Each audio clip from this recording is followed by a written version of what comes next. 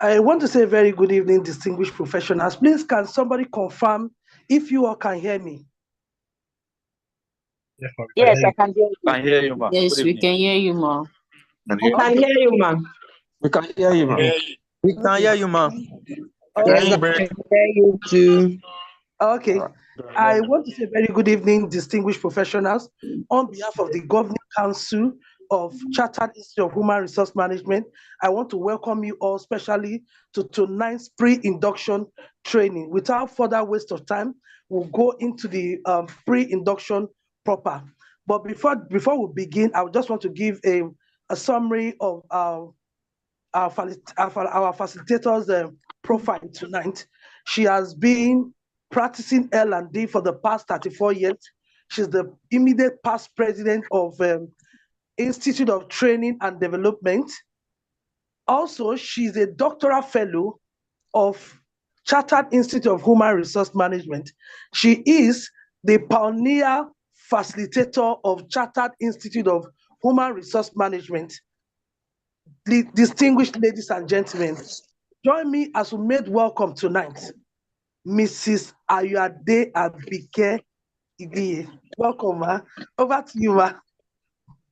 Thank you so much, our national coordinator. I can see Peace Kalu.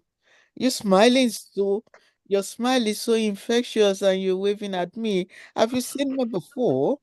Oh, that's interesting. You can unmute, Peace. I give you the floor to unmute. How are you, Peace? I'm fine, thank you. Good evening, ma'am. Good evening. Thank you. I will get behind that smile later. Because it's very. Okay. Good evening, everyone. We are 79 on the beat, and I'm sure there'll be so many other people that will come on to join us. This evening, before we used to just get our people. Peace, you can now mute your mic. Okay. We used to just get our doctoral fellow, but the floor is now open, and we want everybody to gain from whatever others are deriving fun, and not only fun, being educated on as regards what we are going to talk about. So today, you also see me tomorrow morning by God's grace. We want to talk about something that is very important.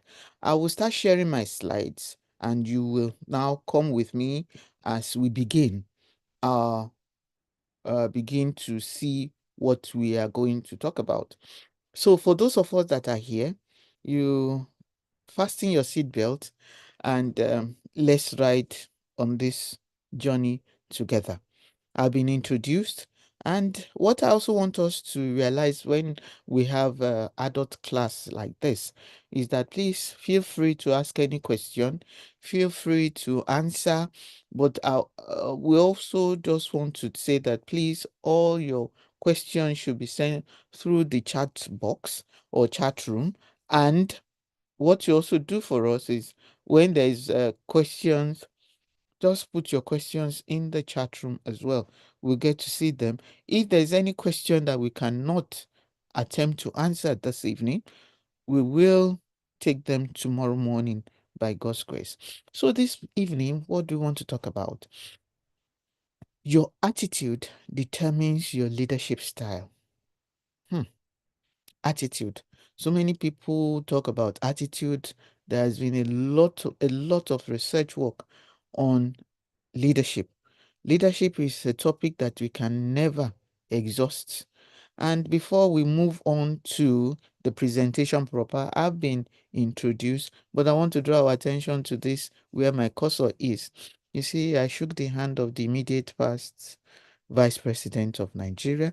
The man on the left-hand side, just close to me there, is now a governor. So you see, so many good things come with when you meet people and when you step up in life. So please catch the anointing. You never can say one of us may be a governor one day. And the lady there, I think she was the minister for industry that time. So for Amina something, Muhammad, I can't remember very well.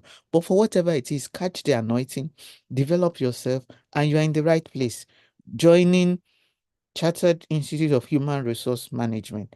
There is no better place to be this night. And we also acknowledge and appreciate you for being with us tonight. You will have been somewhere else, probably rocking the Friday evening, but you are with us. So your attitude determines your leadership style. What are we going to talk about today? Let's unpack the agenda. We're going to examine organizational culture, which most times affects the attitude of leaders or the people, the employees in the organization. We're going to define leadership style, understanding what we call corporate bones, then serve. Attitude defined, the role of attitude in leadership, leadership competence matrix. Where are you? Strategies for developing a positive leadership attitude. Then the takeaway, then we will discuss if we have enough time to discuss. So come with me. How can we determine the culture of an organization? And we want to also talk about the importance of leadership in Nigeria corporate setting. Please note, corporate setting, we are not talking of the political world out there, corporate setting. So what is the influence of company culture on the leadership as well as on the followership? Then what is the impact of employee engagement and productivity? When employees are engaged, they put in all the best to ensure that they are productive. They make sure that the organization does not suffer because of one person's attitude out there. Remember, organizations do not operate in a vacuum. We operate from the inside, from that individual to the organization or to the department, to organization, moving out of the organization to the external world and to the world at large, immediate environment and the world at large. And it is the way some of our leaders present us that will make people out there to relate with us. So we need to be able to make sure that it's not that we hold them accountable, they should also hold themselves accountable or accountable for whatever they do. So we need to look at how their role, they need to navigate their role within the organization and outside. So what you need to do is that once you are a leader, once you become a member of this institute, you are a leader in your own right. Once you become a member of this institute, we want you to go out there and showcase what leadership style that you can. Let me ask a question. When you have an attitude of I no go gree for them, what type of leadership style do you think such a person will have? Quickly type the answer into the chat room. When you have that attitude, I no go gree for them. So I want you to type what leadership style do you think that person will have as we move on. So what is the definition of organizational culture? Somebody has typed something. Let's quickly see what the person has said. I catch it. What was that? I catch it. Okay. Autocratic. Thank you so much. I don't want any other answer. Okunobi Adetutu Oluwatoyin. Autocratic. Autocratic. You see, I not go agree for them. So that means anything he does, anything he says is law. Nobody can challenge him. Fantastic. Thank you so much. So, what is corporate culture? Corporate culture has been defined in several ways. One thing about culture is that it's usually unwritten rules, unwritten ways of the ways we behave, our values, our norms, beliefs, and the way people behave within the system. Most times they are not written. You just find yourself in an organization and you start towing the line. One day you just say, not that you want to challenge the system, but you just say, why are we doing this like that? The person you ask, I don't know. That's how we met it. And it's been working for us. So it's very important that as leaders, whether you find yourself coming in at the top echelon or you grow through the ranks, we need to know that the culture of the organization is an informal role and we need to manage the followership in order to get there. So it's a collective programming of minds. All of us, our mind are tweaked towards ensuring that we do what is right for the organization. If not, there'll be issues. So what is culture? You have to be inside the organization in order to feel, see, smell, all those five senses in order to know that this is how these things are done. Because some people, when they come from blue chip organizations, they just feel that this place is not what I used to know. But once you find yourself within a different environment, you need to conform. You need to be able to see, bring in your best to be able to get there. Because that as HR, we are part of the policy makers in organizations. We are part of those who design policy in the boardroom. So if we don't do it well, then the people will not be able to imbibe what we have brought forward from the boardroom. So what we need to do as HR is that a poor culture can lead to staff disengagement and customer dissatisfaction. Some of us are from the public sector. We say we don't have customers. You do. You may not call them customers, but they are our stakeholders. I always tell people that without the public service, there'll be no private sector. Private sector alone cannot run a nation. So we need to be able to be there. So we need to cultivate a habit, whether you are in the private sector or you are in the public sector.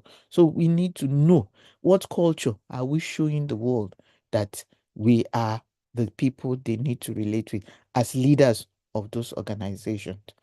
So culture can be seen in different ways. Okay, and that is from the dress code. In those days, people could wear anything to work, and they say, we are going to work. But now, because of modern management and modern way of running organization, some organization have their dress code. Not that they will show you uniform, but they will say, this is our color. So this is the color that you wear during the week. And on Friday, we say we have dressed down and all. The language of the organization, the goals, the attitude, the policies, and all that is written here and more are what cultures of organizations reveal. And at times when you get to some organization, people will pass you by. They just pass you by on the corridor. They don't talk to you. Nobody even smiles. Like I saw Peace that was just smiling. I say, oh, this is someone that I want to relate with. Some people, some organization, they just pass. But in some organization, no matter how little you look, little in quote, no matter how you dress, they will start greeting you. People just say, good morning, sir, good morning. And you just feel that this place is warm. How are we as HR, as leaders in our own ways, how are we promoting the culture of our organization? So let's look at our leaders' way. Leaders, what are those things that leaders show the followership? So let's look at it.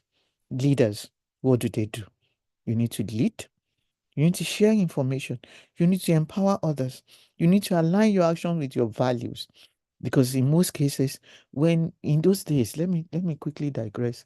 In those days when I was in service, when we talk to those the middle level managers, those are in the lower run of the ladder, and we tell them, oh, you need to understand your boss, you need to do this, you need to do that. They say, madam, please go and talk to them up there. We are not the problems.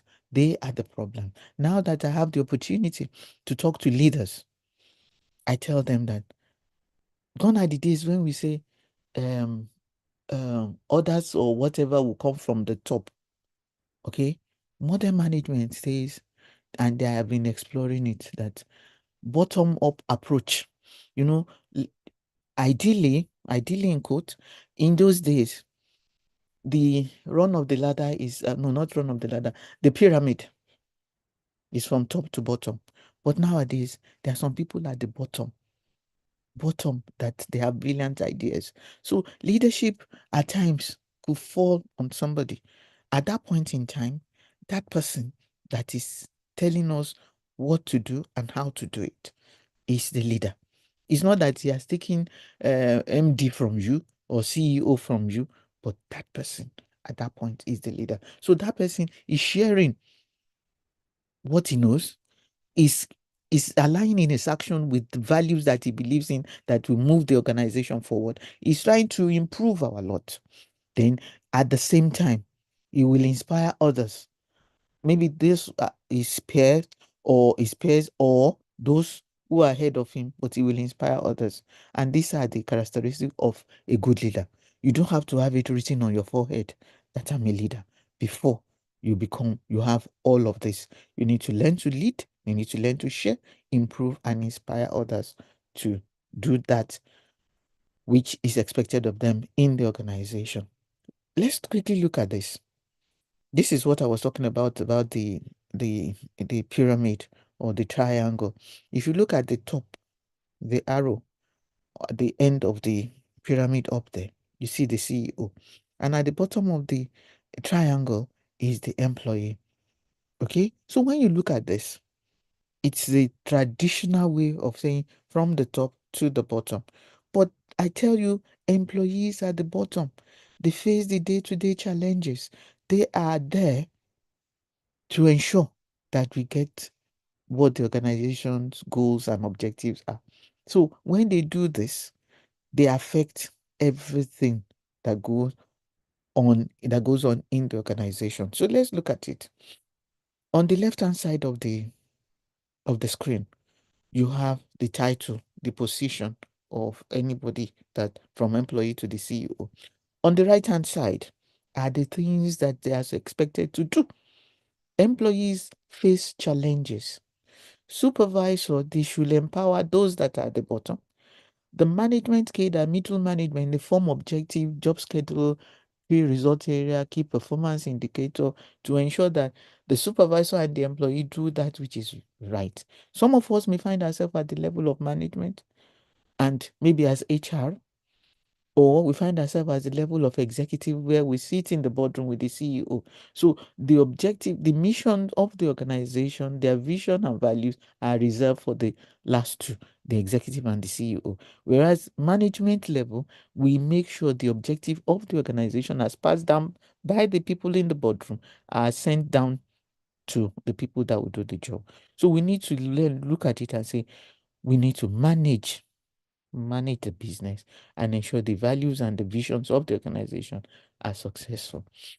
Now, let's quickly look at defining leadership style. On the left-hand side, we have what type of a leader are you? What type of a leader are you? Look at it. Most of us know some of this. When I say, oh, what type of leader are you? You say, oh, I'm a democratic leader. I'm not autocratic. I'm a servant leader. All of us want to have the beautiful title of the type of leadership style that you are. But look at it. Some people will ask, are you the bottleneck? Are you looking in the mirror and seeing that the man in the mirror is the problem why some people are not doing what they're doing? Especially for those of us in HR. Some of us, like in those days, they will say, go and tell personnel manager, because you know that personnel management was part of what graduated into HR. So we say, go and tell the personnel manager, go and tell HR anything about the employee, go and tell the HR. Some of us have now become what some people call teen God. Teen God in the sense that you don't hear them out. You just believe that as HR, we are there. And those people down there, they will look at it and say, when you sack me, I've heard it before. When you sack me, my salary, they will not join it to your own.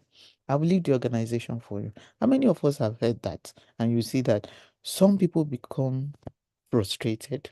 Like I was listening to the telly yesterday, somebody said, those who joined the coalition are frustrated. I say, hey, how can you say these are set up frustrated people? The person that was talking was also part of the coalition. Oh. He said this person was frustrated. This one, I said, is he a party of frustrated people? But let's leave that alone. So let's not look at it that you are there. Position is transient and we need to be able to work it. So let's look at what is leadership style. Is a quality found in individuals who are capable of inspiring, influencing, and motivating individuals or growth. It's not about you. It's not about that title that you hold. So looking at the left-hand side, the leadership styles matrix, where are you? Visionary, transactional, transformational, servant leader, autocratic, democratic, all of them. This laissez-faire, I wish one day somebody will remove it from the matrix. Wherever you find yourself, there's nobody. I don't see a leader that has been, I don't know, but I think technology and management has evolved beyond laissez-faire leader. If you are a laissez-faire leader, things would not go on well. So situational, charismatic coaching, we need to look at it. Are you going to take a stand and say, I'm a servant leader? But by the time situation changes, what would you be? Who would you want to be like? So that is why John Quincy Adams says, if your action inspire others to dream more, learn more, do more, and become more, you are a leader. So that means it is not about you. So it's not about you. It's about those that you are inspiring. Still talking about leadership and culture. We want to bring the two together. Look at the 6 leadership styles of top CEOs. Jeff Bezos, Elon Musk. You know what has happened to Elon Musk and Trump. Then Tim Cook. Then woman Marisa Mayer. All of this. It's just unfortunate that they have so many. All of them are white. What happened to the black people? But we are not looking at their faces. We are looking at what they have done. What they have done in order to bring life into organizations where that they are leading. So some of them are visionary, decisive, which is not part of what we saw earlier. Some are goal-oriented, some are empowering, mentor, and inclusive. These are all characteristics. They are not style of people, but they are characteristics of what all of us can take and be able to be better in the workplace. So now that leadership, those 6 leaderships, that bring them to the left-hand side. If you're on the other side of the divide, you create a culture that is known as toxic culture, a culture that people will want to run out of, a culture that will give people mental health issues. That's why most times when you hear that somebody jumped into the lagoon, somebody did this, they say, "Oh, but he's earning so well. The person is doing well." But maybe the person just look, I can't continue. They have thought about it, and the only place they know that they can do well is their workplace. But the workplace is toxic. So what are the toxic nature of any organization? Lack of work-life balance. They work from morning till night. Thank God for COVID. Thank God for COVID. COVID in the sense that I brought the issue of work from home. Not only work from home, that you have what do you call this other type of work that you work some days and come back. I'll remember later as we move on. But this has brought so many innovation into the workplace. So ignoring employee feedback that I am the only one that knows it all. No, underpaying employees. I tell you that maybe somebody has wants to give me the idea now. Employee, let's see. Hybrid. Thank you so much, Deborah. Thank you, Chioma. Yes, hybrid. Thank you. So when employees give you feedback and you do not listen to them, because one thing about leaders is that when some of us are on that seat as HR or whatever, we don't even listen. We are on a high horse and we don't give them the opportunity. I said, I'm talking from experience, because in those days, we used to run a program that is understanding and managing your boss. But they now said, no, it is the people up there.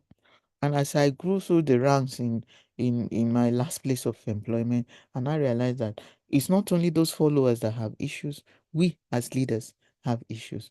When you look in the mirror and you see yourself, please look at it, at that image very well. Are you the cause of that problem? Are you the person that is thank you, Darlington. Are you the cause of the problem? Why is it that people are jackpying on the organization? Our best talents are moving.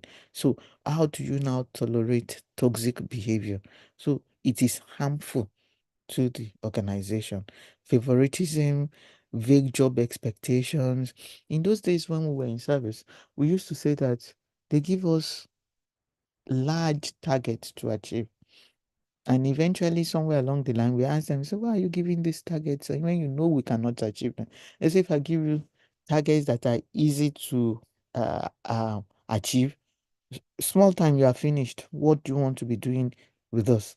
So won't you feel that? So they give us targets that are stretching. You will stretch yourself to be able to achieve and to be able to do better. So what we're saying is that even if you give them their KPIs, their KRA, or whatever job schedule that you give them, please make it in such a way that they will understand that they need to bring value to themselves as well as to the organization. Micromanagement. Some of us, we are like, no, let me put this proverb that, let me first of all start from the positive to the negative. In those days, they say when you give masquerade goat, you give masquerade the goat with the rope. That is proper delegation in the old times of management by objective. But nowadays we talk of engagement and empowerment. So, but micromanagement is so that you give somebody an assignment, he has not even started, you have told him what he should be doing. Do not even give him the opportunity to think. Like one movie that we used to watch in those days, I think it's called, whether it's Unorganized Manager. He feels he knows so much and he will not let others do what they want to do. Before they do it, I can do it. I can do it. No, I gave you, you didn't finish. Give them the opportunity to grow. One day, remember that the office will outlive the worker. So also try to recognize them. Don't overwork them. Wherever you can stretch the targets. Let them realize that you are stretching it so that they will be better than you when they get to that position. So poor communication in leadership. So it's very important that we need to understand communication. And when you're talking of communication, communication has four legs: understanding, speaking, writing, and understanding, writing, and reading. You need to know that if you don't go through all of this, you'll not be able to understand what communication is all about.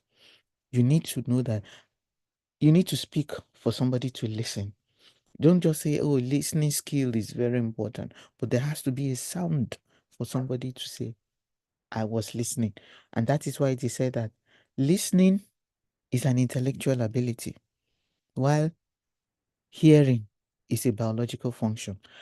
If somebody says, I cannot hear you, the person needs to see a doctor. But to say listening, it takes your whole being as a leader to listen. And it's something that you need to do and imbibe all the time. Dedos theory on toxic culture. Okay, let me look at HR sometimes begin to disconnect from the staff by seeing themselves as an ally of management. That is a wrong thing, Dr. Michael. It's very wrong. Thank you so much for bringing this up. So what you need to do, that as HR, you are like, when you face management, you are backing the workforce, and when you are facing the workforce, you are backing management. So as HR, you need to be able to balance the scale. What do I need to do? Because at times, if you don't do well with management, did they say they want to downsize? They will say, go and write the list of those that want to downsize. When you give them the list, the day they want to paste the list of those that they want to downsize, your name as the HR will be the number one on that list. So that means you need to learn to manage both sides of the divide, the employee side as well as the management side. Remember, you are part of the table, or part of the people sitting at the table in the boardroom. So where are you? Catalyst leader? You see, this catalyst leader is not part of all those that we mentioned earlier. So when you look at this, the catalyst leader, from ask and listens to align actions with strategy, you see that there's so many things in between. This one is not even situational.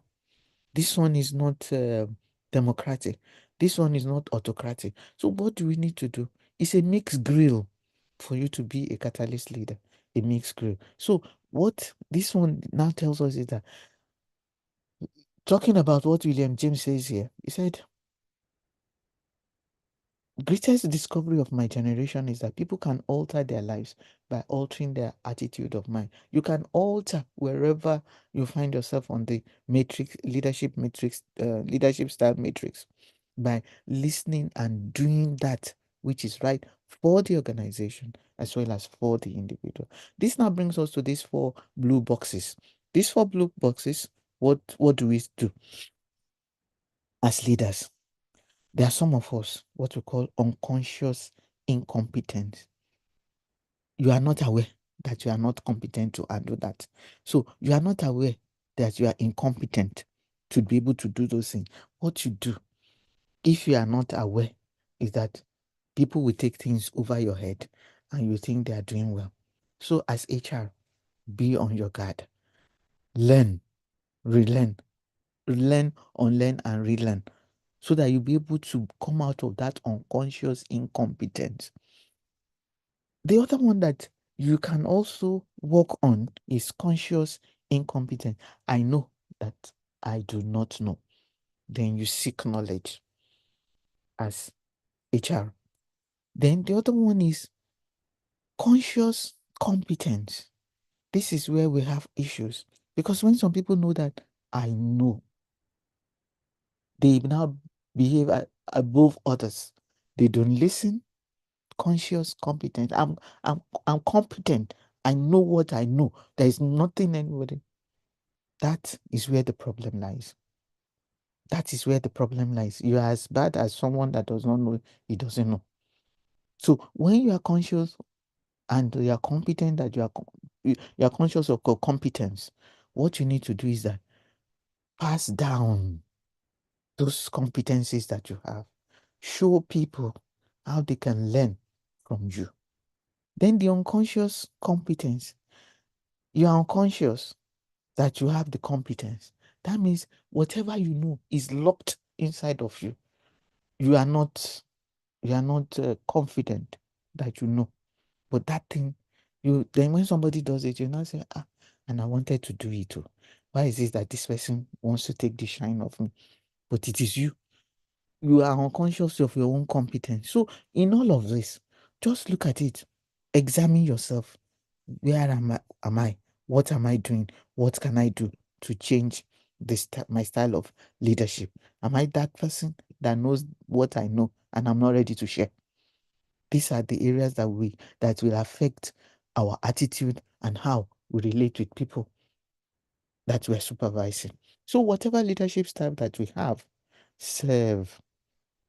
When you don't serve, whatever you have will die with you, will go with you. Remember, no matter how long you stay in the organization, is it at 35 years in service, or 60 years of age, or 65, or 70, or 75, let's even say, for those that they say they can stay that long, you will leave this organization for the next generation of people. And who are the next generation of people? We have the Gen X, we have the Gen Z, we have the millennial, and after the millennial, we have the alpha generation. I don't know whether they've discovered anyone, but the last one I know is alpha. So what do you want to do? The office will outlive the worker. So give whatever you can. It will never, that knowledge will never die dry. So what do? You need to set direction. You need to ensure that others grow. Because Jack Welch, when he took over General Electric, he just said that success is not about him. He has been so successful all over, but success is about growing others to carry on. Show them direction. Success about not is not it's all about it's not about you. Before you become a leader, success is about you. But once you become a leader, it's all about growing others and serving them. Serving, not serving and grovelly, but serve them in order to carry on the vision and mission of the organization. Serve now becomes an acronym for what is your style of leadership? What substance and satisfaction are you bringing to the table? Do you empathize with them? Are you resourceful in terms of the competencies that you are bringing into the place? What value? Are you efficient to ensure that people learn from you. Are you that type of person? When I was in service, our leaders, we call them bosses then, they used to tell us, wait for your turn. Are you that type of person? No. We should move away from that mentality of wait for your turn, because when you are relating with people, we are going to get a slide that it is your people that will make you to shine. So that is why this Igbo proverb comes in so handy. It is not out of the benevolence of the butcher that we get meat, but in serving his interest, he serves our own. When people do something for the organization and you are the leader, that thing will now shine on you as the leader. Let's take an example of Dangote. How many people know those who are making sure that Dangote succeeds? He doesn't joke with those people that we call their right-hand man. So it's not by your own interest, but as he's serving his interest, he's also serving us. So it's very important that we need to look at it and say, these are people that will help us to get on. Now, let me quickly look at that question, if it's a question or an observation. Okay, ma. Okay, I don't know why somebody said that he can't hear me. Okay. Generation better. Okay. Uncle. Someone says, yeah, Precious says, can I say unconscious incompetent is someone who doesn't know, but ends up doing the right thing while doubting his or herself. This will lead to disaster, because if he doesn't know. Unconscious competence is not, he doesn't know that he has that capability to do that. We need to look at that, because if you give him the opportunity, he may be doubting himself. That sort of person may need a mentor to bring out the best in him. Unconscious, to say, remove the unconsciousness, you have the ability. This is where mentoring and coaching probably will come in to help that person. But you don't let him attend some things, especially when it comes to safety and security. Temiju Okpelo Adeniyi says, after generation alpha, we have beta. After beta, what will come? So let's look at that and see whether there is generation beta, where you are here to see their characteristic. Thank you for that. So now let's look at those who will help us to get there. Now let's understand the corporate bones. Out of the corporate bones, we have wishbone, jawbone, knuckle bone, wishbone, small but mighty, jawbone. Here, the chew. You will see who they are. The knuckle bones are those that are in the backbone. So now let's see who are the wishbone. These are operatives that do the actual work in quantifiable terms in an organization. They are the ones that say, oh, these things, you need to have packed like 20 bags or whatever. You can quickly pinpoint that they are doing that or they are not doing it. So these are quantifiable terms. They are generally the junior cadre, but very crucial to the success or otherwise of organization. Managers must recognize their contribution at all times. They are sometimes referred to as low but mighty. Remember, like what they call the war, what do they call them? Seafarers at the ports. They are the ones that if they say they down tools today, nothing will work at the war. So then the next one, the corporate bone are the jaw bones. They are equally very important in organization as they form the supervisory cadre. You remember that our right triangle. They are the supervisors, senior foremen, middle level management, and etc. They take instruction from the knuckle bones and give directives to the wishbone. They serve as go-between and access to the work of operatives. So now let's look at who the knuckle bones are. The knuckle bones see to the day-to-day running of the business. They form the senior and executive management of the organization. The chief executive officer's managing director is part of the knuckle bones, like move, and they tell people move, and they move. So they call the shots and make things happen within the organization. They are the drivers of the business.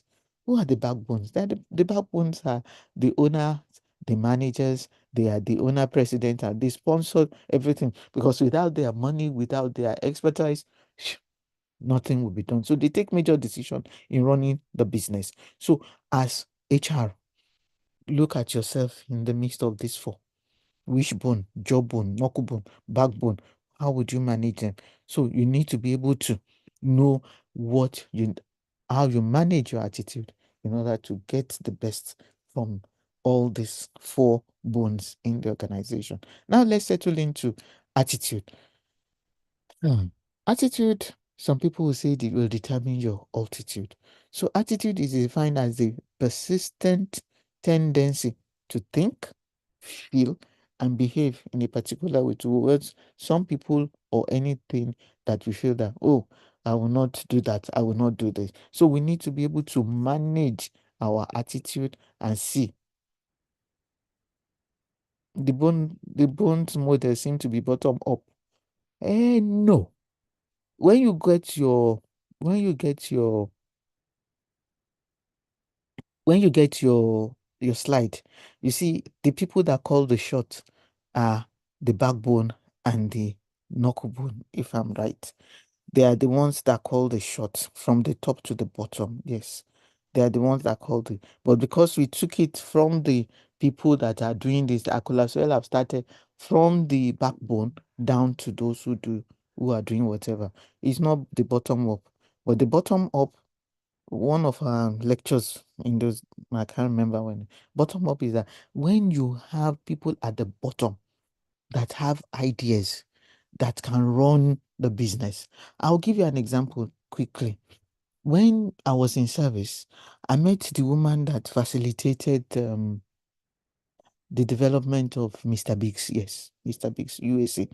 She said that people got fed up of eating pastries and whatever, but she was not in the middle level. She said she championed the idea and they did not listen to her. She told her immediate boss and everything, the thing died. But somewhere along the line, business was not moving fine. Somebody now revisited that idea. She was down there, okay? But she now championed the idea of Mr. Biggs. I met the woman. She now started, they said, okay, we'll give you one of our outlets to run and we'll see how well. And it became a bumper harvest before other places. People wanted to taste their mother tongue in the eatery, not buns, not whatever. So bottom up is somebody that is not in management comes with a brilliant idea. At that point, the person has become a leader of an idea that generated success or brought success to the organization. So, so when I give that example, it's not bottom up. Bottom up, you will get to see that some other time, maybe when we have training, we'll talk about bottom up approach. So what we need to talk, what we're talking about is that attitude affects the way you think, the way you feel and behave towards people. And we need to manage this. Like the native people will always say that attitude or character is like attitude or character is like it's like smoke. You can't cage it. You can't enclose it. Somewhere along the line, it will find its way out. And it's like water. Water will always find its level. Pour it here, it will find its way to go out. So attitude is like that. Also, what is the role of attitude? Remember, the way you think, the way you feel, the way you behave are the ways that will affect your leadership style. So let's look at understanding attitude. Attitude is settled way of thinking, feeling about somebody.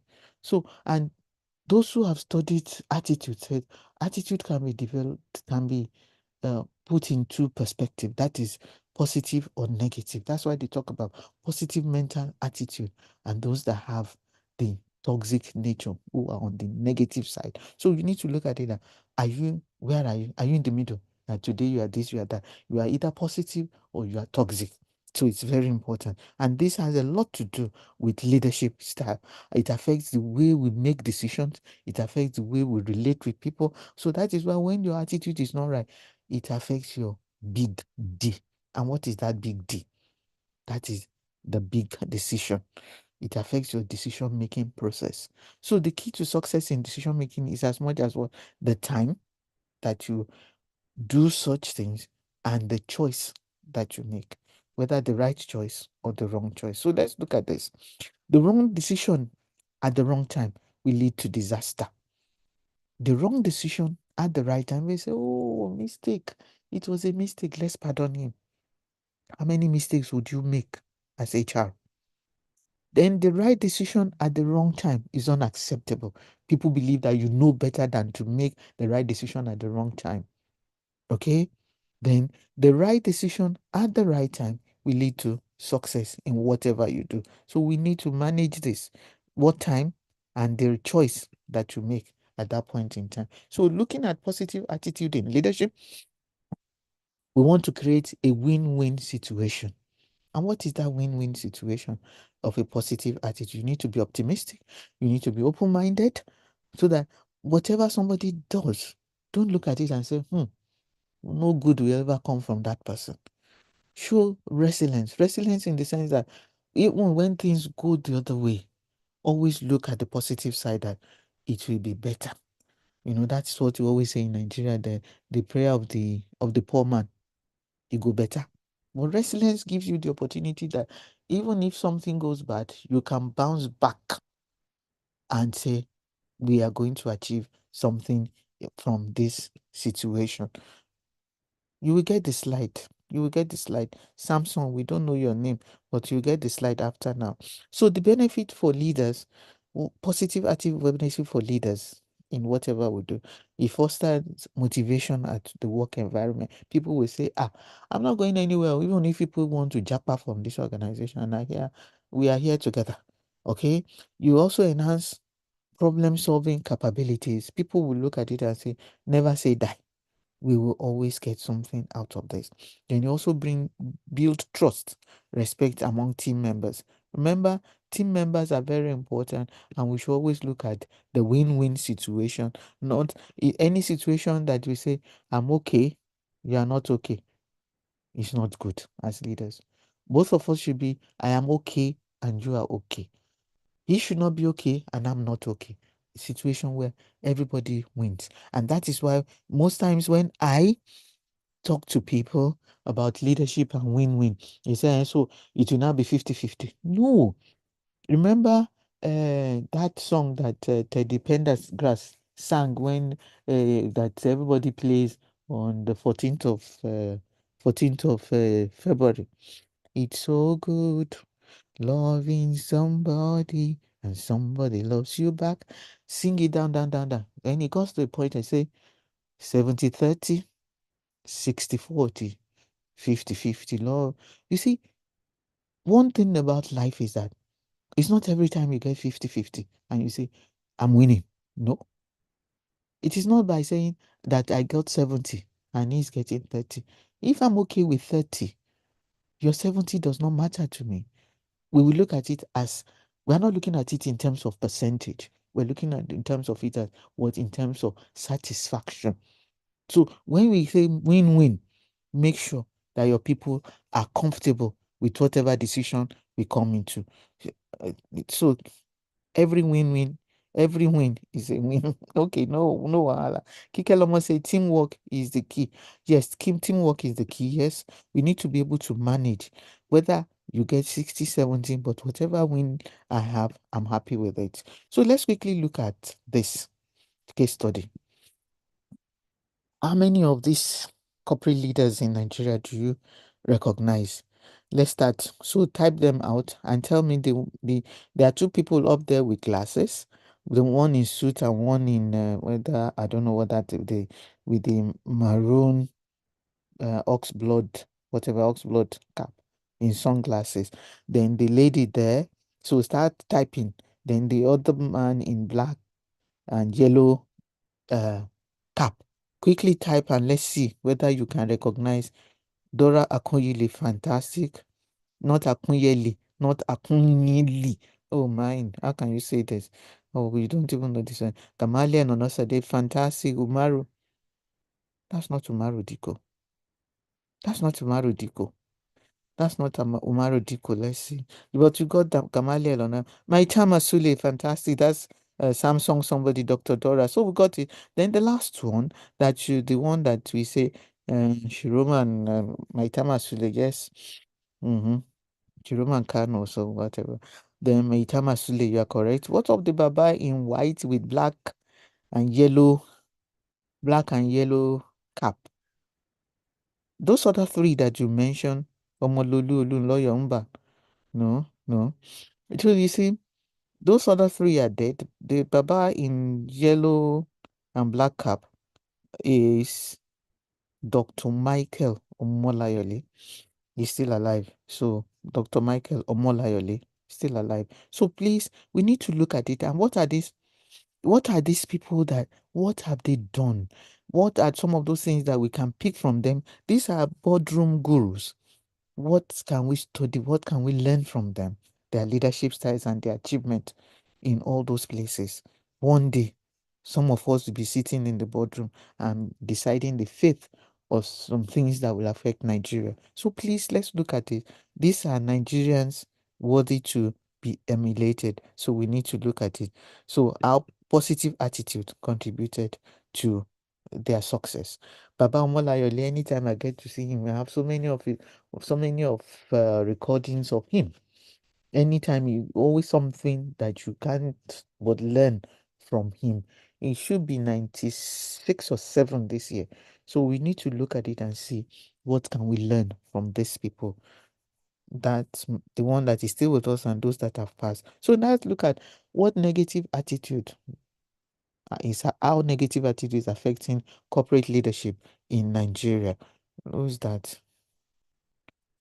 So Mohammed George, you say, I think you are the one that said my voice is too low. Maybe you should turn on your volume. I don't know whether others are experiencing the same thing because my volume is the loudest I can get. So let's look at negative attitude in corporate leadership in Nigeria. So what are the characteristics of negative attitude? One of them is pessimism. One of them is pessimism. Thank you so much, Manasseh. Thank you. Okay. Maybe George has issue with his volume. So, what are the characteristics of negative attitude when you are pessimistic? Nothing anybody would do that will make sense. Cut a dime with you. Resistance to change, lack of empathy. Not only you, the thing happened to you, and we don't see someone but everybody has his own way of reacting or responding to situations in Nigeria. So it's very important that we need to be able to. Okay, thank you. Okay, thank you. So we need to be able to manage these people. And when you put yourself in their shoes, that is where empathy comes in. You say, now only you. No, put yourself in their shoes and see how well you can manage them. So what are the consequences of negative attitude for leaders? You create a toxic work environment, high employee turnover, reduced productivity and innovation. You know what? When negativity is so much in the organization, you will have people come to work, but they will not do the work. This is what we call in modern management presenteeism, as opposed to what? Absenteeism. Absenteeism, I call it sick. I'm not there. But people will come. 30 days make a pay. Okay? 30 days make a pay. Oga sell, Oga does not sell. Conductor's money must to complete. I'll collect my money at the end of the month. This is very visible in the public sector. So you just come in, clock in, and whether you have achieved anything for the day or not is up to you. So it's very important. Let's see. Somebody said something. Please, let's acknowledge one person's comment that as we agree to, no distraction. Okay. Okay. Okay. So you see, some people reduce productivity and innovation. People will not do what is expected of them because they believe that I will collect my salary when the month finishes. At least I was there 22 days or 25 days of the month. So my salary should come in. That is not what we want. We don't want presenteeism. Neither do we want absenteeism. Be there for them, and they will also be there for the job. So some of us, let's quickly mention some countries around the world where ineffective leaders. Please don't mention Nigeria, okay? Mention some countries around the world for an effect of an ineffective leader. Then overview of leadership styles that we styles and challenges that we face. What are some of those negative behaviors? We've already written that. So let's see if we take the first five. Sudan, I said Simon. Simon, I said don't mention Nigeria. North Korea, thank you. Cameroon, because Paul B, I heard that he's been there forever. Okay. Okay, North Korea, that small boy that caught style. Sudan, they are even begging them not to go to war again. Well, they're Togo. I don't know much about Togo, but if you do, Sudan, yes. Thank you so much. You have Haiti. Yes, Haiti is also one of those ineffective. Do they have any leadership in that place when the place is being run by gangsters? So it's okay. Thank you so much for that. Nobody wants Nigeria to go that way. And I'm sure we are too enlightened for that. So now let's ask a first question. The first one, your attitude. Is your attitude making waves or ripples? Which one would you prefer? Waves that will it scatter your organization or your department or make you to be unsettled in the workplace? Is it ripples that when a drop falls into a bowl of water, it will just go silently to that place? You and your organization, how is your attitude affecting the workforce? As HR, one day, some of us may find ourselves at the echelon, and there, what would you do? What would you say? Your attitude that time may probably will have been something that everybody's used to. They say, don't go near Oga today. Oh. It seems as if he woke up on the wrong side of the bed. Please tell me which one is the wrong side of the bed and which one is the right side of the bed. Because he said, somebody said, we greeted him and he didn't even answer. Some other people will say, we greeted him and you know, So let our attitude be something. I'm not saying that we should not be human in and say, when you are annoyed, you are annoyed. But please, let's look at it that there are issues that should not be transferred to the workplace because we need people to be able to do the job and ensure they are productive and at the same time they are doing what is expected of them. So this now brings us to those who know the holy book. Let's quickly take that from this one. Those who know the beatitude. I'm sure so many people have heard about it, whether you are a Christian or not. It's said that blessed are the peacemaker, for they shall be called the sons of God. Blessed are this is blessed. There is what is called the beatitude. But now that has now been taken from the religious balance into managing. It's now the beatitude, not the beatitude in the Bible of blessed are, but the beatitude. What is that attitude that will make you to be there for people, that will make you to be aware and care for and capture hearts? The beatitude, the attitude that is right. That is what we call the beatitude, not the beatitude. So you don't build business, you don't build a business, you build people. Then people build the business. That is what Zig Ziglar said. And Zig Ziglar is that marketing and sales guru. You don't build the business. When you build the business and the right people are not there, before the person dies, the business will scatter. So what do you need to do as HR? Commit to a winning relationship. We mentioned that before. Recognize and reward excellence. Care for your people and they will care about the job. So care and respect will make them to stay. You'll be able to retain them. You'll be able to recognize their value and they will be able to build their self-esteem, not make them feel that, oh, is it not salary that you are here for? Is it not this one? You don't, you should be there standing for them as a leader. Your attitude will make people to stay in the organization, even if the business is not yours. So we need to be able to recognize the value they bring and their self-esteem. So let's look at this slide and the other side of the slide. Indeed, you have to change. Why? Because the simple truth is you are paid to produce results. We've been talking about KPI, KRA, whatever that you give them. the objectives that they are supposed to achieve, the targets and all. It's not you that will do that. Remember this, the proverb of the hunter or the butcher. By serving his interest, is serving ours as well. By making sure those people produce results, we are getting the shine. So it's your people who produce the result. So what do you need to do? Focus your energy on helping your people to be successful, because when the success comes, you'll be the one in the spotlight.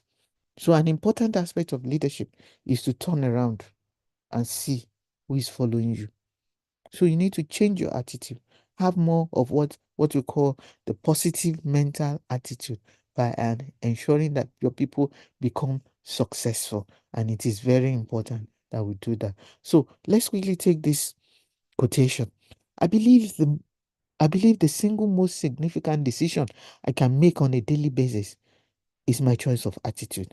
It is more important than my past, my education, my bankroll, my successes or failures, fame or pain, what other people think of me or say about me, my circumstances, my position. Attitude is the single string that keeps me going or cripples my progress. It alone fuels my fire and assaults my hope. When my attitude is right, my attitudes are right, there is no barrier too high, no value too deep, no dream too extreme, no challenge too great for me to be able to achieve. So we need to look at it. And when you look at this diagram on this slide, you see attitude gives room to job satisfaction. That's the good attitude. It gives room to job involvement, organizational commitment, and at the end of it all, organizational behavior will be determined by our attitude. Everything sort of revolves around attitude. Even trust goes there. So if your attitude is not right, it's better you freeze yourself until you are able to get a cure for your attitude that is not right for the organization. Remember, you say, why is it that they are talking to us, only us? I tell you, we're saying this based on the fact or the experience that those who are down there, you say we should manage our boss. Our boss is not managing us well. Maybe they will take the glory when the glory comes. So that is why we need to be able to manage them. Coach, counsel, mentor, and you get them. And they will do that which is right for the organization. So how do we transform our negative attitude to the positive one? You need to be self-aware and take a reflection on what you are doing. Adopt a growth mindset that we can't be here forever. It's only change that will bring about the right attitude. That is why my uncle, my grand uncle, Martin Luther King Jr. says the right attitude. If a man is called to be a street sweeper, he should sweep streets, even as Michelangelo painted, Beethoven composed music, or Shakespeare wrote poetry. He should sweep streets so well that all the host of heaven and earth will pause to say, here live the great street sweeper who did his job well. How many of us can people say we are doing our job well? So what are the strategies that we can use to develop positive attitude? One of them, and very important, is emotional intelligence. How many of us have heard about that? If you have, go back and look at it and see what can I do to be able to make myself better. If people are complaining about me, because it's usually the owner of the matter that we hear last. So what are those strategies? Cultivate emotional intelligence, build resilience. No matter the stress that we go to, maintain a positive outlook. Look at it that there's usually light at the end of the tunnel. It will not remain like this. And how will it not remain like this if you work on your emotional intelligence? Emotional intelligence, when I started talking about emotional intelligence, some people say, that means I'm going to be MU. No, you will not be Mumu. What emotional intelligence is talking about is that you do not let people get under your skin. You don't let people dictate how you will react or respond, because you should be ahead of them. You should be a jump ahead of them, so that when the scales are down, You know, I say, you will not be caught like those people that will say, had I known. Emotional intelligence will tell you, weigh the options. Weigh the options before you jump to that attitude or whatever you want to do. Don't let your emotions rule you, especially if it is negative, because emotions are either positive or negative.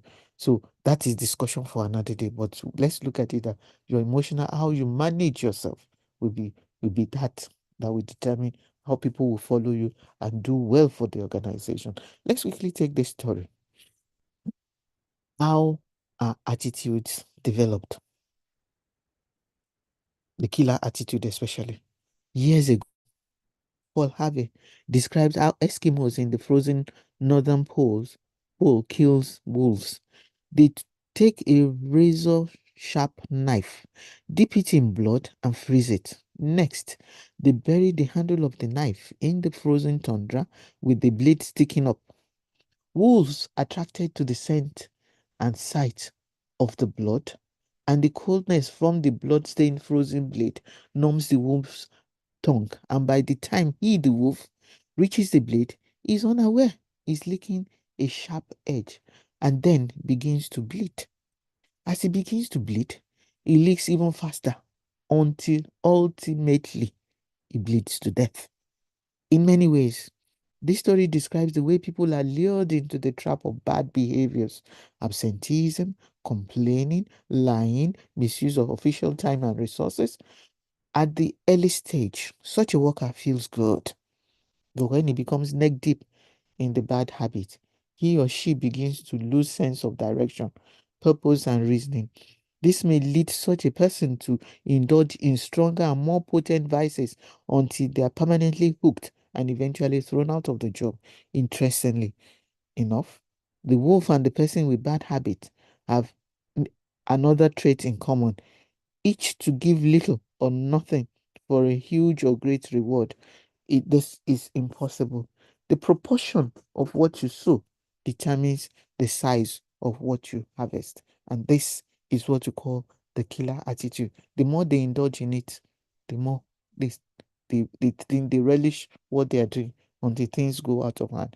So talking about emotional intelligence, you will see this on slide 30. It helps you to make better decisions. It makes you to know more about yourself. It makes you to communicate. Makes you to be to self-motivate, empathize, manage relationship, and you know that whatever you do, the workplace is a place of high quality relationship.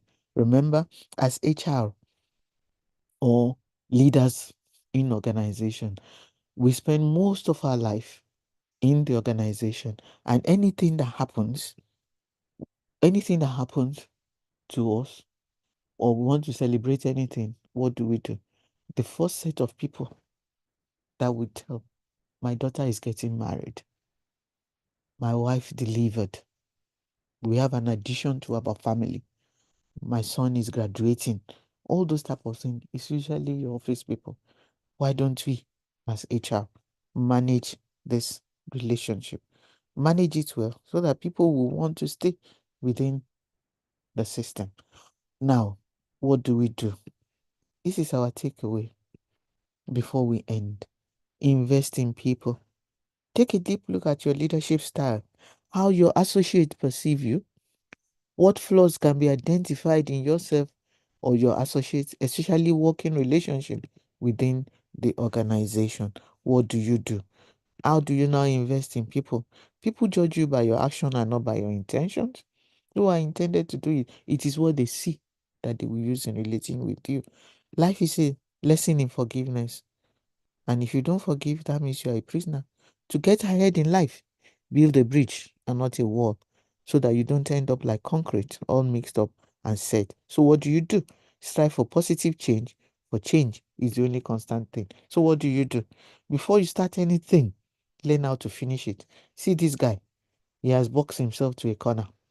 How do you get out of that place? When you paint and you paint onto yourself, how do you move out of that corner?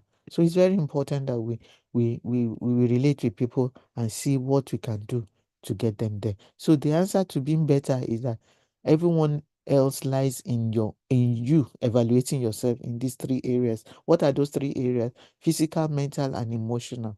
You need to be able to manage the pressures of life, because you don't carry that to work. Even if you do, find somewhere where you can distress, and let's see how you can take control of your feelings and be able to add value to yourself as well as those that we are working with. Now, my cousin in the White House, the first black man in the White House, says that people will trust you, they will have faith in you and believe in you, and they work towards your success and the success of the organization if you treat them well. So, what are the key points that we need to know? We as leaders, in our lust and desires to assert ourselves, get ensnared in our own insatiable appetite for power. Power should not be something that will make us to lose the relationship. Inordinate ambition to our own peril. When some people want to get you, they know how to throw spanner in the wheel of progress.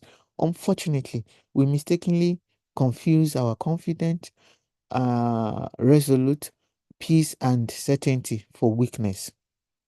In our lust, desire, and selfish hunger, we haphazardly charge vigorously towards our failure in office, which is sad. The critical role of attitude in shaping leadership style is very important. So we as leaders, as HR, should be able to take practical steps to ensure that we have what we call attitude transformation. So now quickly go to um this slide. This slide is what I call the next CEO. We go back to it when from our other slide. So we will see what does the next CEO is also the story that we need to manage. So let's quickly look. Who is the next CEO? Who is the next HR? So a successful businessman was growing old and knew it was time to choose a successor to take over the business. Instead of choosing one of his directors or his children, he decided to do something different. He called all the young executives in his company together and he said to them, "It is time for me to step down and choose the next CEO. I have decided to choose one of you." The young executives were shocked, but the boss continued. He said, "I'm going to give each one of you a seed today. One very special seed. I want you to plant the seed, water it, and come back here 1 year from today with what you have grown from the seed I have given you." That's the seed. When I will then judge the plant, sorry. I will then judge the plants that you bring. The one I choose will be the next CEO. One man named Jim was there that day, and he, like others, received a seed. He went home excitedly and told his wife the story. She helped him get a pot, soil, and compost, and he planted the seed. Every day, he will water it and watch to see if it had grown. After about 3 weeks, some of the other executives began to talk about their seed and plant that were beginning to grow. Jim kept checking his seed, but nothing ever grew. 3 weeks, 4 weeks, 5 weeks went by, still nothing. By now, others were talking about their plant, but Jim didn't have a plant. He felt like a failure. 6 months went by, still nothing in Jim's pot. He just knew he had killed his seed. Everyone else had trees and tall plants, but he had nothing. Jim didn't say anything to his colleagues, however. He just kept watering and fertilizing the soil, so he wanted the seed to grow. A year finally went by, and all the young executives of the company brought their plans to the CEO for inspection. Jim told his wife that he wasn't going to take any empty pot, but she asked him to be honest about what happened. Jim felt sick to his stomach. It was going to be the most embarrassing moment of his life, but he knew his wife was right. So he took his empty pot to the boardroom. So see what happened? When Jim arrived, he was amazed at the variety of plants grown by the other executives. They were beautiful. all in all shapes and sizes. Jim put his empty pot on the floor, and many of his colleagues laughed. A few felt sorry for him. When the CEO arrived, he surveyed the room and greeted the young executive. Jim tried to hide in the back. But my, what great plants, trees and flowers you have grown, said the CEO. Today, one of you will be appointed the next CEO. All of a sudden, the CEO spotted Jim at the back of the room with his empty pot. He ordered the financial director to bring him to the front. Jim was terrified. He thought the CEO knows I'm a failure. Maybe he will have me fired. When Jim got to the front, the CEO asked him what had happened to his seat. Jim told him the story. The CEO asked everybody to sit down except Jim. He looked at Jim and then announced to the young executive, "Behold, your next executive officer. His name is Jim." Jim couldn't believe it. Jim couldn't even grow a seat. How could he be the next CEO? The others said. The CEO then said, 1 year ago, I gave everyone in this room a seed. I told you to take the seed, plant it, water it, and bring it back to me today. But I gave you all boiled seeds. They were dead. It was not possible for them to grow. All of you, except Jim, had brought me trees and plants and flowers. When you found out that the seed will not grow, you substituted another seed for the one I gave you. Jim was the only one with the courage and honesty to bring me a pot with my seed in it. Therefore, he is the one who will be the new chief executive officer. So, let's see the moral of the story. The moral of the story is, if you plant honesty, you will reap trust. If you plant goodness, you will reap friends. If you plant humility, you will reap greatness. If you plant perseverance, you will reap contentment. If you plant consideration, you will reap perspective. If you plant hard work, you will reap success. If you plant forgiveness, you will reap reconciliation. So be careful what you plant now. It will determine what you will reap later. Whatever you give to life, life gives back to you, gives you back. Live your core values and reap what? Reap the returns.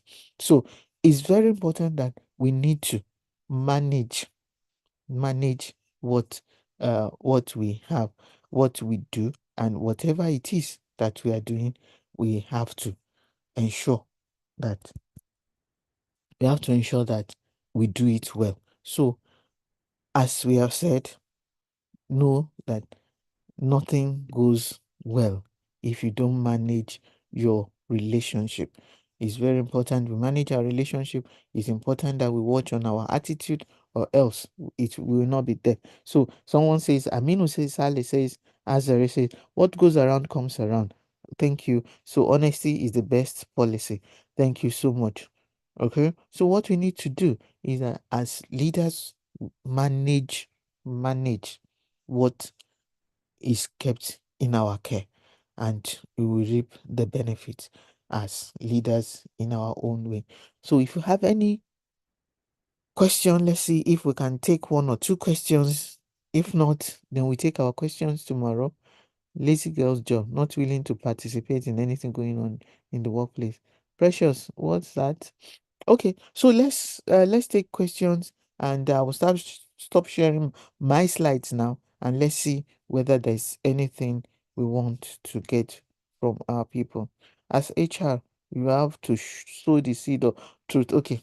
I thought there's something for the HR group. So thank you.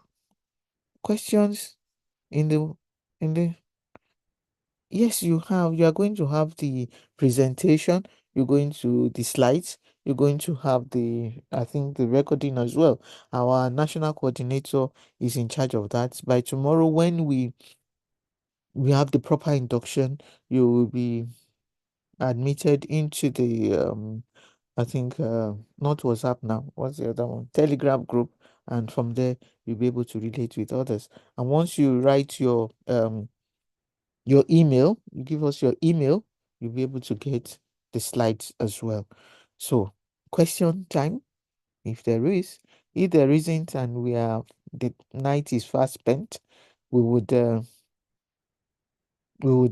take your questions tomorrow. This parable encourages us to prioritize character, integrity, leadership, personal and everything. Thank you.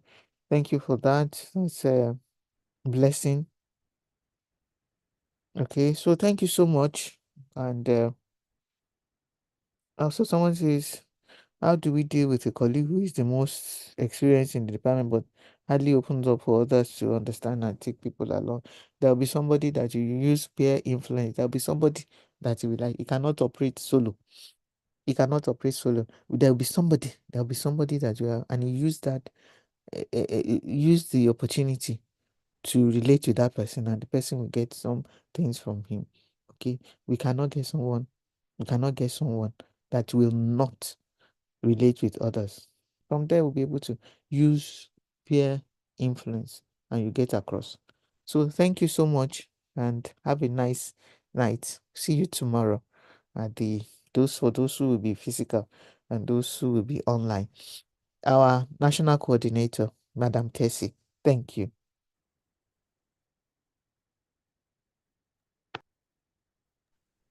Thank you for that great lecture. Please, for those of us that are answering for this the slides, please you can talk to Mr. Sam, and also I'll forward to those of you on my platform, and also just talk to Mr. Sam, but we'll ensure that the slides gets to you. Also, please, we also want to remind us, tomorrow is the physical induction, is coming up by 10 a.m. Lagosians, please, 10 is 10 a.m., please. Then for the online is 11 a.m. Thank you very much for your time. See you all tomorrow. Good night.